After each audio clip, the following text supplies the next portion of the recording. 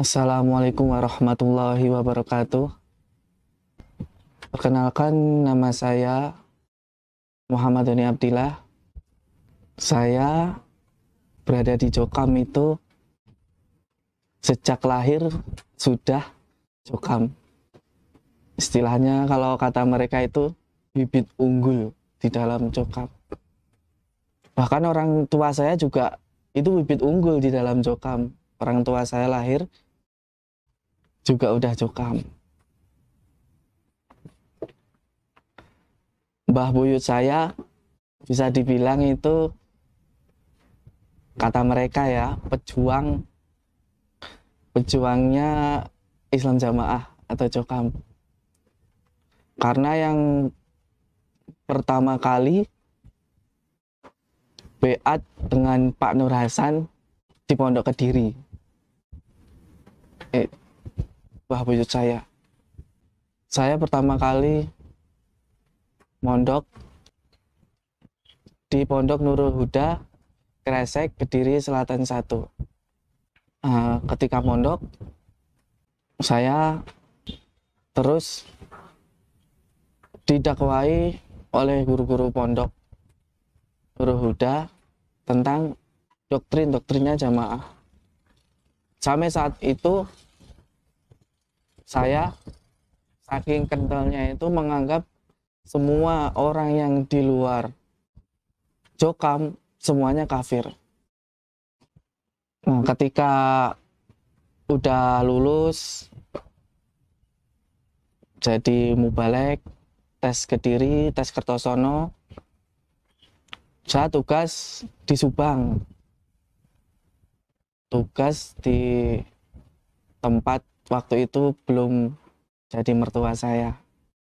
Tugas di Subang, ngajar di kelompok, mendakwahkan ajarannya Jokam. Bahkan saat itu saya mengamar ma'rufi 3 orang untuk diajak masuk ke dalam Islam Jamaah. Saya doktrin mereka satu persatu. Saya doktrin ketika seorang muslim, tapi kalau dia tidak beat, dia tidak mengucapkan janji beat kepada Imam Jokam, maka muslimnya tidak sah. Nah, ketika itu ada 3 orang yang sudah ngaji, saya amar ma'rufi ke dalam Islam Jamaah. Kurun waktu berjalannya waktu, saya udah mendapatkan hidayah dari Allah. 3 orang ini saya dakwahi lagi untuk keluar dari Jokam. Saya dakwahi kesesatannya Jokam itu seperti apa. Nah, mengafirkan sesama muslim itu dilarang oleh agama.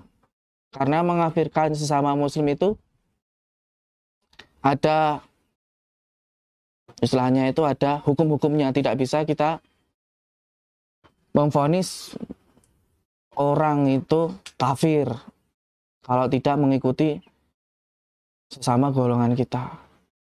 Nah, akhirnya 3 orang tersebut keluar dari Islam Jamaah. Alhamdulillah.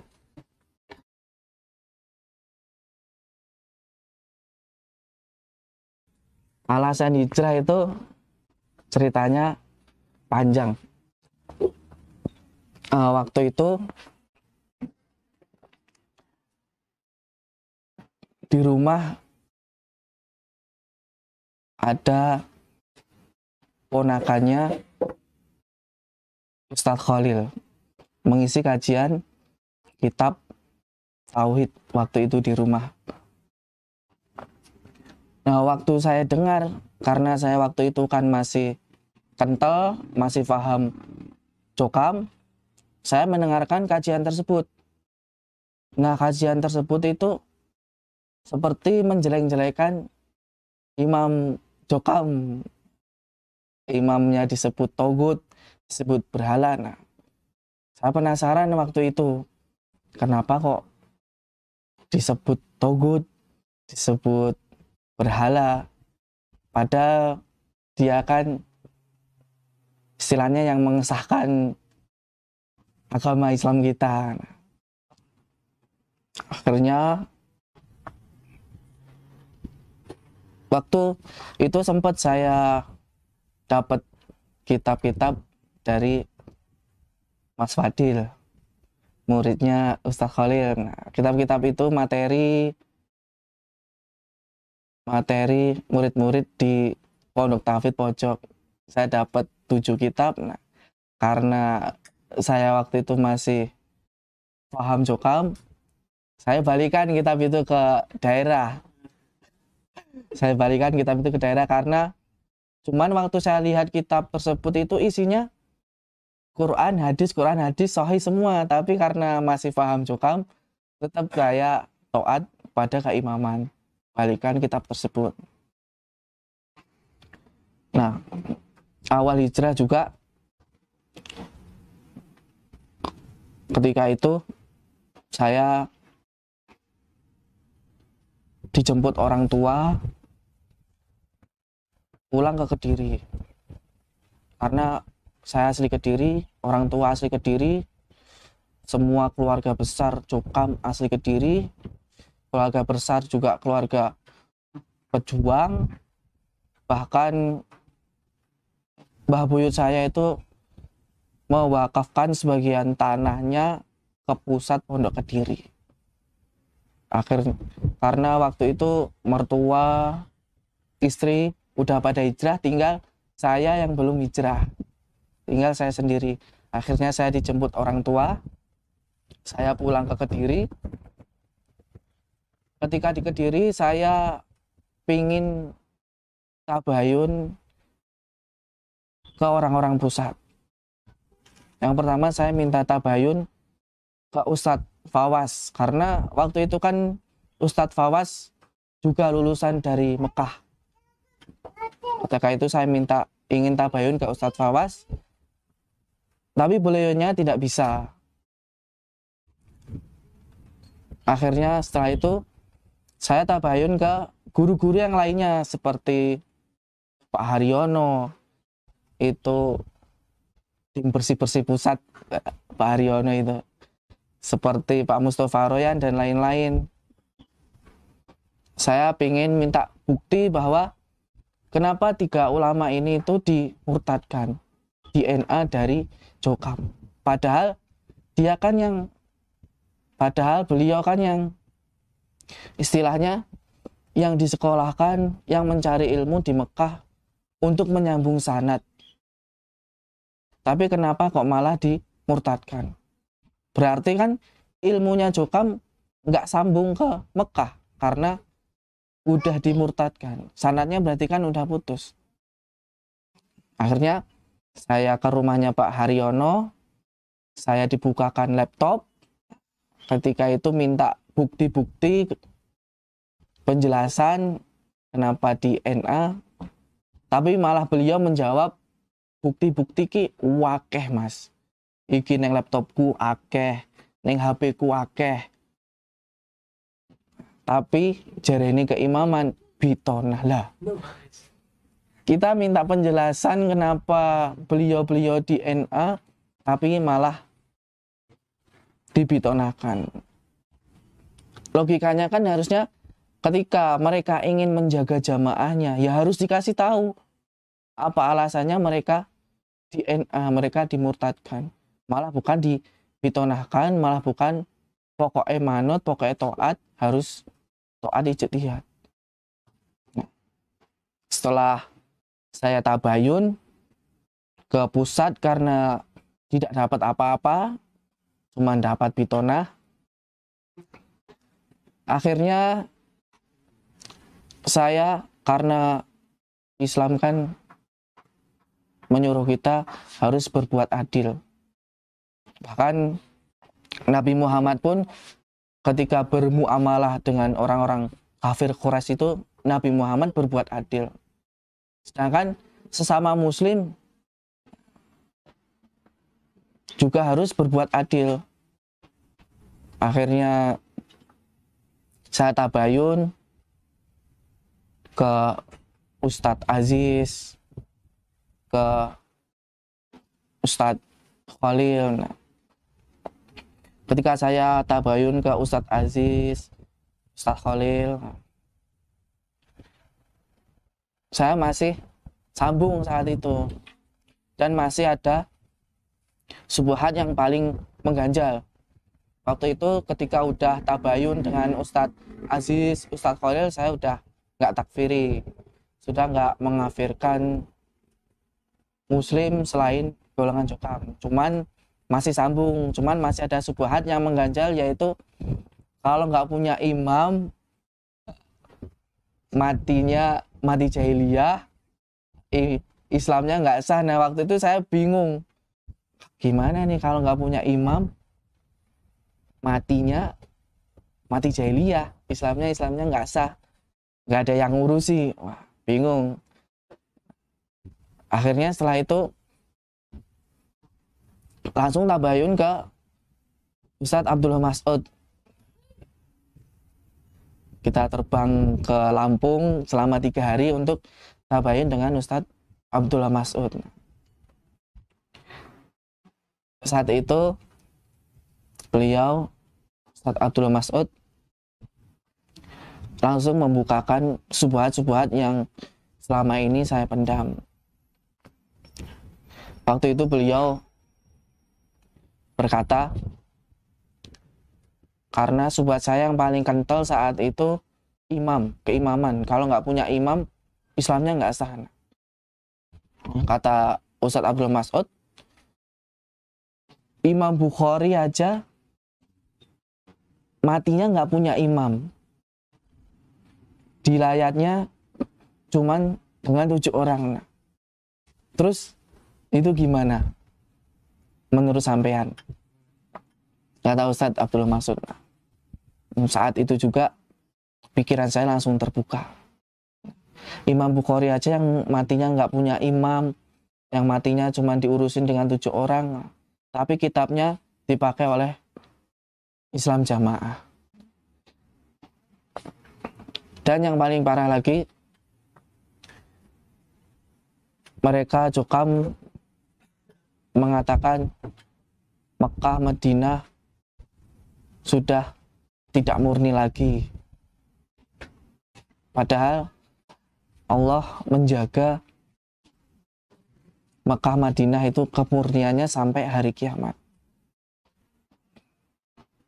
Terus kenapa mereka tetap haji dan umroh kalau mengatakan Mekah, Madinah sudah nggak murni lagi?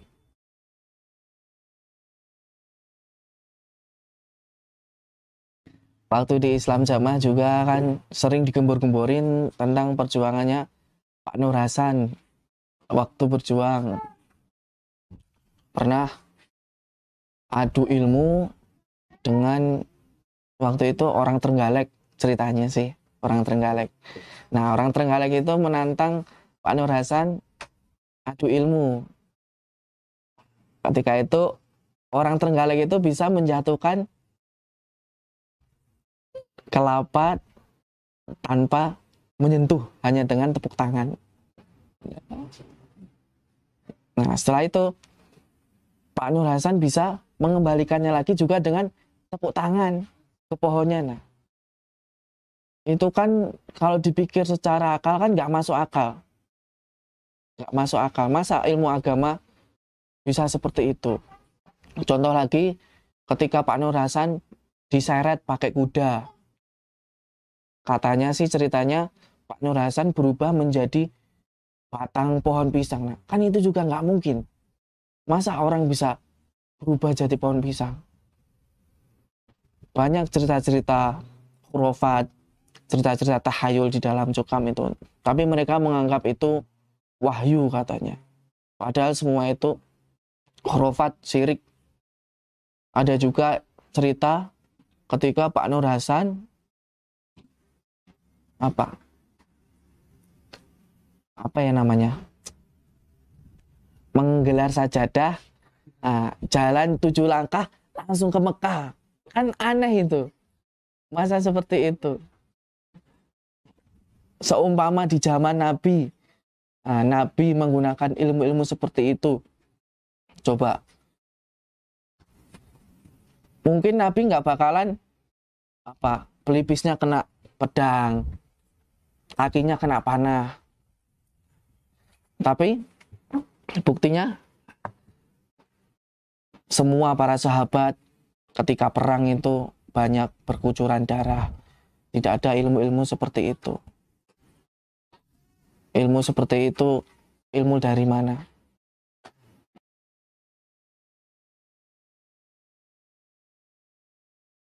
Dulu selama saya di Jokam sangat menyesal karena saya itu orangnya benar-benar paham. Jadi sedikit-sedikit suka mengafirkan dulu itu. Sedikit-sedikit kafir. Bahkan suka buka-buka YouTube ketika saya melihat ustadz-ustadz sunnah. Saya selalu bilang, cuma ini mah Islamnya nggak sah, kafir. Nah, padahal gimana beliau mendakwahkan sunnah, gimana beliau mendakwahkan tauhid. Karena jalan tunggal masuk surga itu adalah tauhid, mendakwahkan tauhid. Itu jalan satu-satunya. Kalau tidak ada tauhid di dalam diri kita, susah masuk surga. Apalagi di dalam Jokam ini selalu mendamba-dambakan imamnya, sedikit-dikit imamnya, menghamba-hambakan imamnya. Dan seperti yang dijelaskan di surat At-Taubat ayat 31, seperti orang-orang Nasrani, seperti kaumnya Nabi Isa, mereka mengambil kekasih, maksudnya itu mereka nggak menyembah. Orang-orang Jokam itu yang nggak menyembah Bapak Imam, nggak sujud kepada Bapak Imam, tapi mereka menghalalkan apa yang diharamkan Allah, mengharamkan apa yang dihalalkan Allah. Contohnya ijtihad yang nyimpang, yang tidak ada syariat dari Allah Rasul. Berarti kan diharamkan oleh Allah, tapi oleh imam mereka dihalalkan. Sebaliknya silaturahim kan dihalalkan oleh Allah Rasul. Nah, ketika sudah berbeda golongan, udah keluar golongan, udah hijrah dari Jokam, mereka berijtihad supaya memutus silaturahim. Itu kan berarti mengharamkan apa yang dihalalkan Allah. Bahkan ketika yang udah bersuami istri pun, ketika salah satu mereka ada yang keluar dari Jokam, ijtihad mereka supaya menceraikan salah satunya. Padahal menceraikan itu salah satu perintahnya iblis. Itu perbuatannya iblis. Memerintahkan untuk menceraikan atau menghancurkan rumah tangga seorang muslim.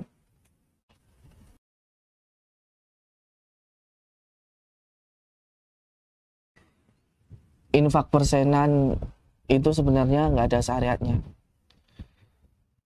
Saya juga dulu sebenarnya mantan wakil KU. Saking pahamnya dulu saya suka menyampaikan, kalau yang punya kekayaan sekian 2,5%, kekayaan sekian 5%, kekayaan sekian 7,5%, kekayaan sekian 10%. Nah, sekiannya itu punya kekayaan di bawah 10 juta itu 2,5%. Di bawah 20 juta infak persenannya 5%. Di bawah 30 juta 7,5%. Di bawah 40 juta 7,5%. Terus kalau 40 juta ke atas infak persenannya itu 10%. Contoh, misal kekayaan saya punya mobil, punya rumah, di total ada 100 juta. Gaji saya 5 juta. Berarti yang diinfak persenkan 10% dari 5 juta, berarti 500.000. Itu masuk ke pusat. Wajib hukumnya itu. Nah, padahal di dalam Islam itu nggak ada syariatnya infak seperti itu. Islam itu meringankan. Jadi perintah zakat mal aja itu setahun sekali 2,5%, itu pun juga udah nisab hartanya. Kalau belum nisab ya nggak usah. Nah kalau di Jokam setiap bulan sekali, bayangin 10%. Gimana? Berarti kan agama yang dibalut dengan bisnis keuangan. Dan diiming-imingin kalau nggak infak persenan, surganya hilang. Nah, emang yang punya surga itu orang. Padahal surga neraka kan yang punya itu Allah. Infak persenan itu nggak ada tuntunannya, nggak ada syariatnya. Itu semuanya bid'ah.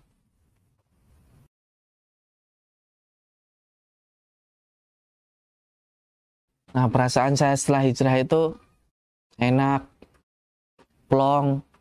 Jadi ibadah itu nggak milih-milih. Ibadah bisa di mana-mana. Dulu sebelum hijrah, waktu di Jokam, ketika mau Jumatan, susah nyari masjid Jokam di mana-mana. Ya, ketika mau sholat, udah waktunya datang sholat, susah juga nyari masjid Jokam. Sekarang itu enak, ibadah bisa di mana-mana. Ketika Jumatan bisa di mana-mana kalau berpergian. Ketika sholat 5 waktu bisa di mana-mana. Di rumah saya juga sebenarnya ada yang masjid dekat waktu itu. Paling 300 meter dari rumah. Cuman dulu masih Jokam, sholatnya milih yang jauh. Padahal di rumah, dekat rumah itu ada masjid. Sekarang alhamdulillah bisa sholat di masjid tersebut.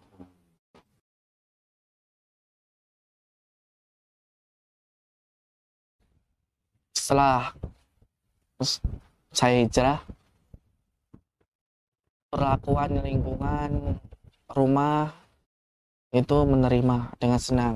Bahkan alhamdulillah sudah keluar dari kesesatan juga. Bahkan saudara kakek-kakek saya yang ada di Jawa Barat, di Ciamis, jadi kakek saya itu saudaranya kebetulan nggak ada yang masuk ke jurang kesesatan Jokam, cuman kakek saya. Nah, saya cerita cuman tanpa sepengetahuan orang tua. Saya cerita keluar dari Jokam, mereka menyambut dengan baik. Alhamdulillah, berarti selama ini benar Jokam itu banyak kesesatannya. Dan di lingkungan-lingkungan rumah banyak yang menerima, di masjid-masjid yang lain semua banyak yang menerima, malah menyemangati. Ketika itu juga di Lampung, saya minta ke pondok tahfidz waktu itu yang ada di samping tol tuh. Ustadznya masih ingat namanya, Ustadz Abdurrahman. Beliau juga menyemangati saya. Alhamdulillah keluar dari kesesatan juga. Semangat. Walaupun waktu itu awal-awal namanya orang tua ya. Orang tua kan pasti shock, kaget anaknya bisa keluar dari Jokam. Jadi jaminan surganya kan istilahnya keluar, hilang, nggak dapat surga lagi. Nah, awal-awal orang tua itu menentang, marah. Tapi alhamdulillah sekarang orang tua bisa menerima. Nah, kalau dengan orang-orang Jokam, ada orang-orang Jokam yang masih akrab dengan saya. Waktu di Jokamnya masih akrab, ketika saya keluar dia juga masih akrab. Tapi kalau ketika di Jokamnya hanya sekedar kenal, ketika saya ketemu dengan mereka, saya mau ucapkan salam, mereka itu nggak mau balas ucapan salam saya. Malahan mereka pada melengos, nggak mau melihat wajah saya. Tapi ada juga beberapa Jokam yang mau mengucapkan salam dengan saya. Cuman yang kenal-kenal deket aja.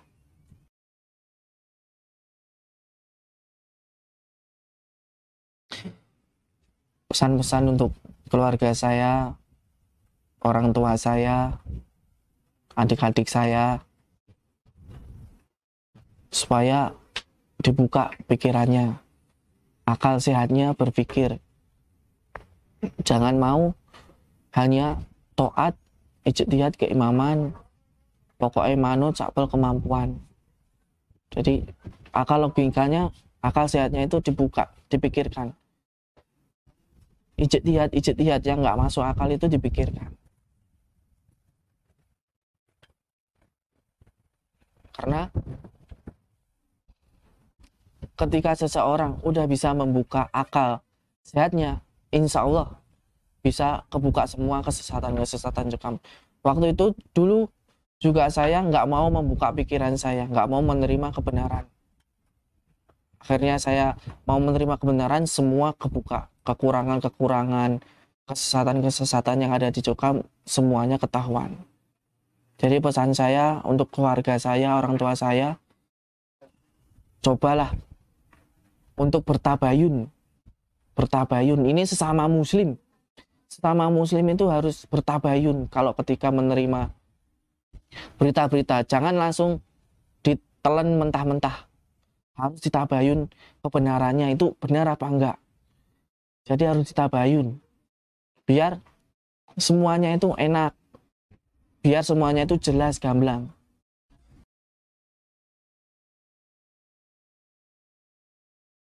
Di Jokam juga ilmunya itu ya itu aja, nggak nambah-nambah. Kalau udah hatam 17 himpunan, ya udah muter itu aja. Udah hatam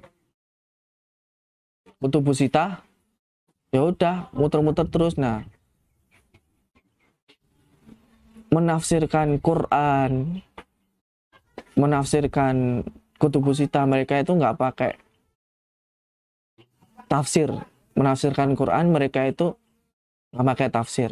Sebenarnya kan ketika menafsirkan Quran kan harus ada tafsirnya. Contoh seperti tafsir Ibnu Katsir, tafsir Jalalain, dan lain-lain. Sama juga ketika mereka menafsirkan hadis-hadis kutubusita, mereka nggak memakai sarahnya. Bahkan ada hadis-hadis yang dipotong. Dulu waktu saya ngaji hadis besar dengan MTMT, hadis kutubusita saya kan cetakan Cordoba kan Timur Tengah. Hadis-hadis guru-gurunya cetakan pusat. Ketika kajian itu ada yang diloncat-loncati. Dari sini contohnya halaman sekian, tiba-tiba loncat halaman sekian loh.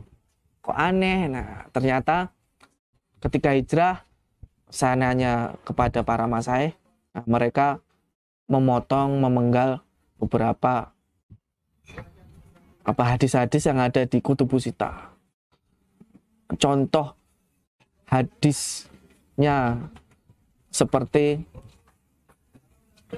kan berislam itu harus berjamaah. Padahal di hadis Sunan Abu Daud kan yang dimaksud jamaah, yang dipotong Jokam itu ma'ana alaihi wa ashabihi. Jadi yang kita ikuti sunnah-sunnahnya Nabi dan para sahabat, jauh dari bid'ah, khurafat, tahayul, syirik, itu disebut jamaah. Tapi Jokam memotong hadis tersebut dan memaknai jamaah itu harus berbeat, beramir, bertoat.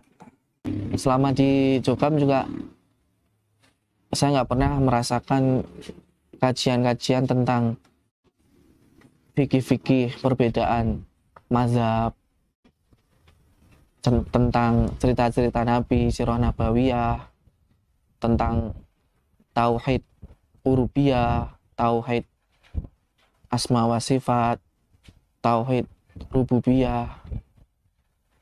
Jadi di Jokam hanya diajarkan semuanya itu 5 bab, ngaji, ngamal, bela, toat, sambung jamaah, tok, terus berputar-putar.